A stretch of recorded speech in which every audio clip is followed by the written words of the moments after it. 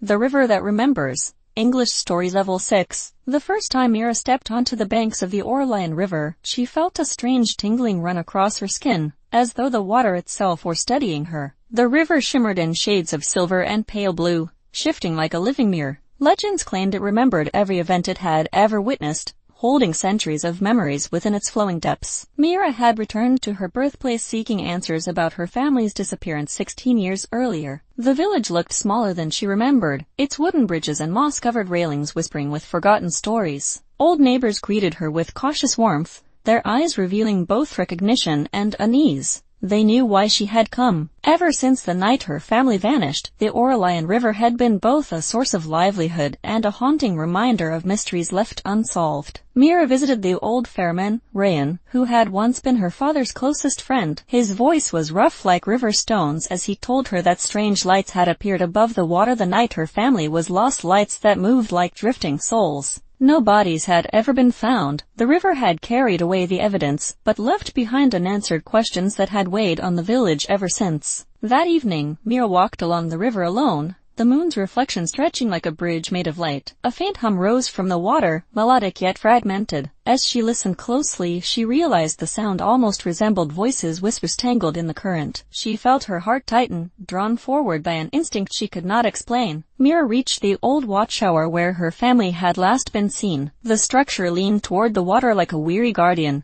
Inside, the air was thick with dust and the scent of damp stone. She found etched markings on the floor, symbols her mother used to paint in her journals. Symbols that represented memories, pathways, and things unseen. They glowed faintly as Mira traced them with her hand. Suddenly, the river surged, sending ripples of light across the tower walls. Mira stepped back as a column of shimmering water rose from the river's surface, forming the shape of a doorway. Within it, scenes flickered: her mother laughing, her father carrying lanterns, her younger brother chasing fireflies. These were moments Mira had forgotten or believed lost forever. The river was showing them to her. She reached toward the watery portal and the world shifted. Mira found herself standing in a realm of flowing light and soft currents, where memories drifted like floating leaves. Voices echoed gently, not haunting but welcoming. She saw fragments of her family's final night, how they had followed the strange lights to the riverbank, believing they were ancient spirits offering guidance. Her family had entered this realm willingly, not realizing the river's memory was a living force that could capture both moments and souls. Time flowed differently here.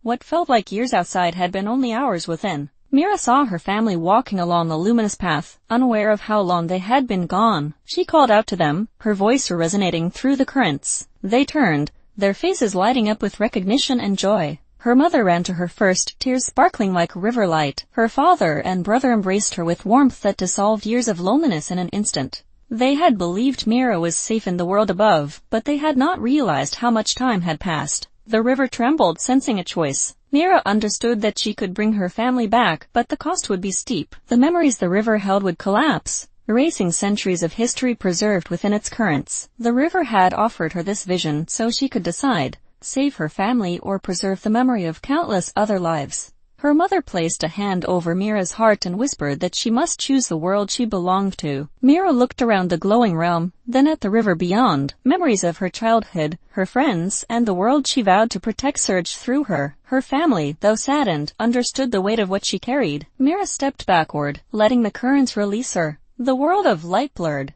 and she found herself again on the riverbank as dawn brushed the sky. The water gleamed softly, carrying the last echoes of her family's voices. They were safe and waiting, preserved in a realm untouched by time. Mira vowed to return one day, but for now she walked back toward the village, her heart steady with resolve. The Orlion River had remembered everything, and now, so would she.